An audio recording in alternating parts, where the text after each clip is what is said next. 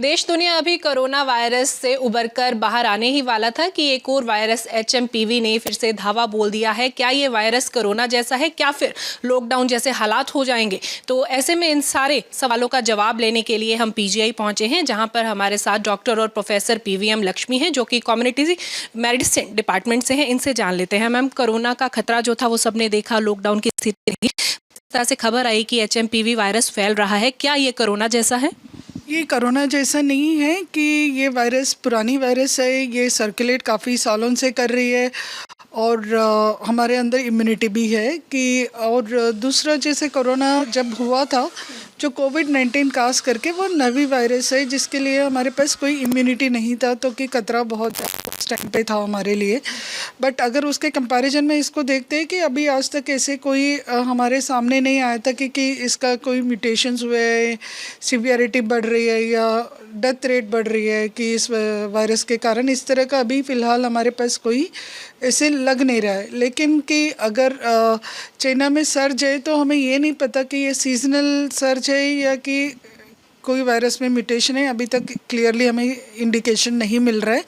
लेकिन हमें सतर्क रहना बहुत ज़रूरी होता है कि इस तरह की जो भी न्यूज़ हमें मिलता है, बट घबराने की ज़रूरत नहीं है क्योंकि हमारा गवर्नमेंट की सर्विलेंस सिस्टम है, निगरानी अपना नेटवर्क बढ़ा भी दिया है कि पहले हमारा 16 लैब काम कर रहे थे, अभी उन्होंने बोल दिया कि ICMR ने कि हमारा हर स्टेट में 1 या 2 लैब इस वायरस के टेस्ट करेंगे। जो सीवियर केसेस होते हैं उनकी सैंपल्स लिया जाएगा और उनकी टेस्ट किया जाएगा। तो इसीलिए अभी फ़िलहाल की ICMR के टेस्टिंग रिजल्ट्स में भी ऐसे कुछ अचानक सा बढ़ रहा है, इस तरह का कोई इंडिकेशन नहीं है, तो कि हमें घबराने की स्थिति नहीं है, ना कोरोना जैसा ये अभी फ़िलहाल नहीं है। लेकिन सतर्क रहना बहुत ज़रूरी होता है कि कभी इस तरह की कोई भी न्यूज़ आते हैं तो। मैम, इसके सिम्टम्स क्या हो सकते हैं? किस तरह से पता लगता है कि ये वायरस जो है आपको या नहीं? वायरस की ऐसे स्पेसिफिक सिम्टम्स नहीं होते, ये आम वायरल बुखार जैसा ही होता है जिसमें कि बुखार होती है, खांसी होती है, जुकाम होती है, बॉडी एक्स होती है, इस तरह के ही सिम्टम्स होते हैं। इसको सिम्टम्स के बेसिस पे हम ये नहीं कह सकते कि ये इन्फ्लुएंजा है या ये कोविड है या ये HMPV है, इस तरह का कहना बहुत मुश्किल है। तो मैम, जिस तरह से देखा गया कि जब कोरोना आया था तो उसको भी डिटेक्ट करने के लिए अलग से नोज़ल में जो स्वैब डालते थे और उसका जो टेस्ट होता था, इस तरह से टेस्ट किया जाता था, तो क्या इसका भी टेस्ट इस तरह से होगा या कुछ डिफरेंट है? फ़िलहाल अभी टेस्ट हम सीरियस केसेस का ही करेंगे क्योंकि ये तो सर्कुलेटिंग वायरस है, इसमें हर एक को की टेस्ट करेंगे तो कि आपको केसेस तो वैसे ही मिलेंगे, लेकिन उसका कोई फ़ायदा नहीं है क्योंकि कि ये सेल्फ लिमिटिंग इलनेस है। जिसको भी बीमारी होती है 99% केसेस में ये अपने आप हफ्ते के अंदर अंदर ठीक भी हो जाते हैं लोग। तो इसीलिए हम सबका टेस्ट करने से कोई एडिशनल हमें एडवांटेज नहीं मिलेगा। तो इस तरह की बीमारियों में हमें खास करके जो टेस्टिंग करनी होती है वो सीवियर इलनेस में ही करने से फ़ायदा होता है। तो सीवियर इन्फेक्शंस में कि जो हॉस्पिटल में जिसकी दाखिला होती है कि उनकी टेस्ट होगी, अभी वैसे सभी का टेस्ट करने की ज़रूरत नहीं है। मैम, कोरोना के लिए सेल्फ क्वारंटीन की बात कही गई थी, परिवार से बिल्कुल अलग कर देते थे या उसको बिल्कुल पास नहीं जाना होता था, टच भी नहीं करना होता था, बहुत सारी क्योर बताए गए थे कि इस तरह से ध्यान रखें। क्या इसमें भी इस तरह से ध्यान रखने की ज़रूरत है सेल्फ क्वारंटीन होने की? इसमें उस तरह की प्रिकॉशंस की बहुत ज़्यादा प्रिकॉशंस की ज़रूरत नहीं है क्योंकि अभी तक जो वायरस सर्कुलेट हो रही है वो आम वायरस है क्योंकि ये तो हम सबको कभी ना कभी हुआ भी होगा, हमारे अंदर इम्यूनिटी भी हुआ होगा। कोरोना के टाइम पे खास करके सेल्फ क्वारंटाइन वो भी हम इनिशियल फेसेस में इसलिए स्ट्रेस किया था क्योंकि ये न्यू वायरस है, लोगों में इम्यूनिटी नहीं है, तो खास करके कि जो थोड़ी सी भी वीक इम्यूनिटी या वगैरह है तो उनमें ये सीवियर इन्फेक्शन कॉज कर सकते हैं। इसीलिए हमने कोविड के टाइम पे रिस्ट्रिक्शंस बहुत ज़्यादा किया था। अभी बिकॉज ये नवी वायरस नहीं है तो हमें उतना रिस्ट्रिक्शंस की ज़रूरत नहीं है। हाँ, लेकिन कुछ तरह के रिस्ट्रिक्शंस अभी भी बहुत ज़रूरी है कि जैसे हमारे घर में बहुत छोटे बच्चे हैं या काफ़ी बुज़ुर्ग लोग हैं कि जिसके अंदर बीमारियों के साथ लड़ने की शक्ति या इम्यूनिटी कम होती है, तो उनके पास जब हमें सिम्टम्स होती है कि हमें तो पता नहीं है कि HMPV हो सकता है, इन्फ्लुएंजा हो सकता है या कोविड भी हो सकता है, कोई भी हो सकता है। ये जो भी वायरस होती है वो जिसमें इम्यूनिटी कम होती है उनमें सीवियर इन्फेक्शंस कॉज कर सकती है।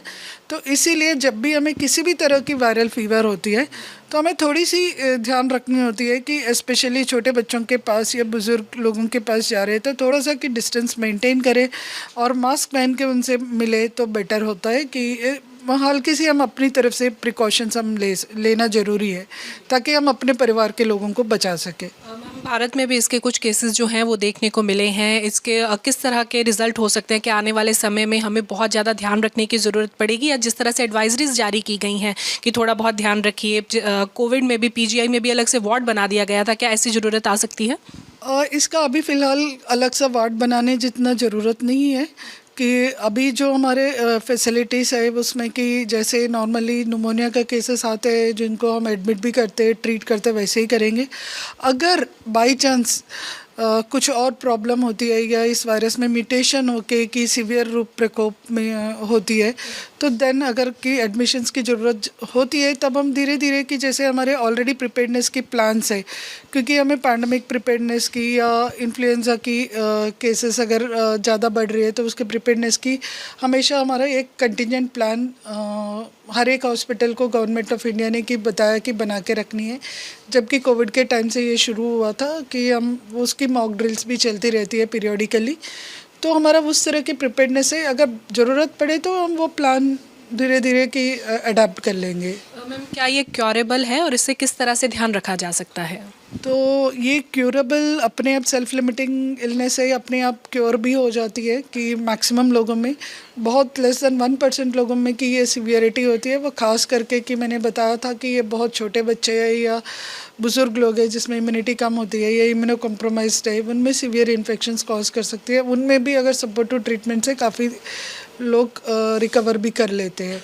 कुछ लोग हैं जिसमें कि डेथ भी होती है कि लेकिन इसकी मृत्यु दर कंपैरेटिवली जो दूसरे इन्फ्लुएंजा या फ्लू हम बोलते हैं H1N1 वगैरह, तो उनके कंपैरिजन में थोड़ी कम है कि तो इसलिए घबराने वाली स्थिति अभी फ़िलहाल नहीं है।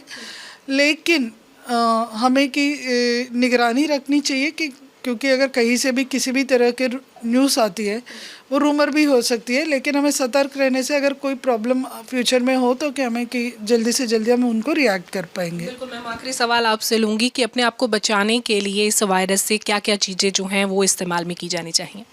ये वायरस हो या कोई भी रेस्पिरेटरी वायरस हो कि हमें कि बीमारी से बचने के लिए जो प्रिकॉशन सभी के लिए एक ही तरह की लेनी है, इधर वो इन्फ्लुएंजा हो या कोविड हो या HMPV हो, ये सारे रेस्पिरेटरी इन्फेक्शंस है तो कि ये रेस्पिरेटरी ड्रॉपलेट्स के द्वारा कि एक दूसरे को फैलती है।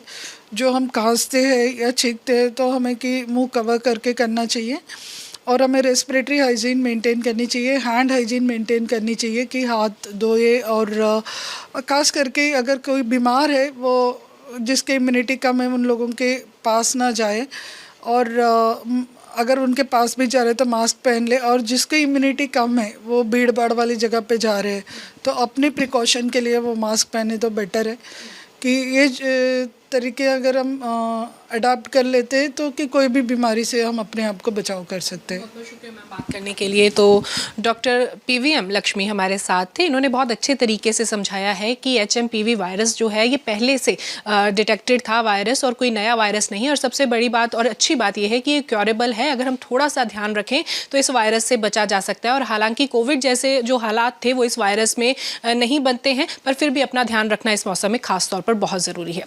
वीडियो जर्नलिस्ट शिवम के साथ लिविंग इंडिया के लिए चंडीगढ़ से हरसिमरत।